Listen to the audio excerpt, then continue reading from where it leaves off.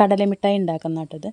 അപ്പോൾ ഞാൻ ആദ്യമായിട്ട് ഉണ്ടാക്കുന്നത്. അപ്പോൾ അതിനായിട്ട് ഞാൻ ആദ്യം ശർക്കര ഒന്ന് പൊടിച്ച് ഉരുക്കിയെടുക്കുന്നുണ്ട്. ഉരുക്കിയെടുത്ത് അരിച്ചിട്ട് പിന്നെ വീണ്ടും ഞാൻ ഒഴിച്ച് തിളപ്പിക്കുകയാണ് കേട്ടോ.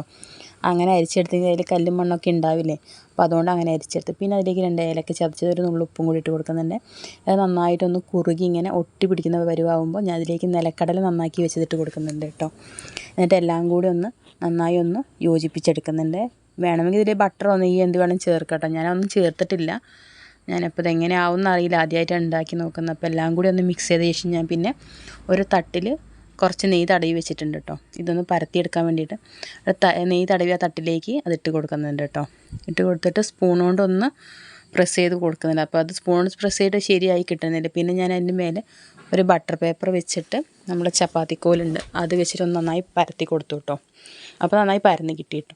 അത് പരത്തി കൊടുത്ത ശേഷം പിന്നെ ഒരു കത്തി വെച്ചിട്ട് നമ്മളിങ്ങനെ കട്ട് ചെയ്തിട്ടു. എന്നാലല്ലേ നമുക്കിങ്ങനെ തണുത്ത് കഴിഞ്ഞാൽ പൊട്ടിച്ചെടുക്കാൻ പറ്റുള്ളൂ.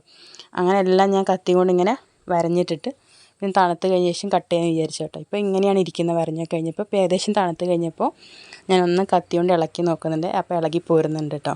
അപ്പോൾ അങ്ങനെ 2-3 പീസ് ഞാനിങ്ങനെ കൈ കൊണ്ട് ഇളക്കി നോക്കിയൊക്കെ എടുത്തു. പിന്നെ അങ്ങനെ എല്ലാം ഞാൻ ഇളക്കിയെടുത്ത് സെറ്റാക്കി വെച്ചിട്ടുണ്ട് കേട്ടോ. അങ്ങനെ അതിൽ നിന്നൊരു കഷ്ണം എടുത്ത് കഴിച്ച് നോക്കി കേട്ടോ. അപ്പോൾ തന്നെ നല്ല ക്രിസ്പിനെസ് ഉണ്ടായിട്ടോ. ഒരുപാട് തണുത്തിട്ടൊന്നുമില്ല ആ സമയം. അപ്പോൾ തന്നെ നല്ല ക്രിസ്പിനെസ് കാര്യങ്ങളൊക്കെ ഉണ്ടായിരുന്നു കേട്ടോ.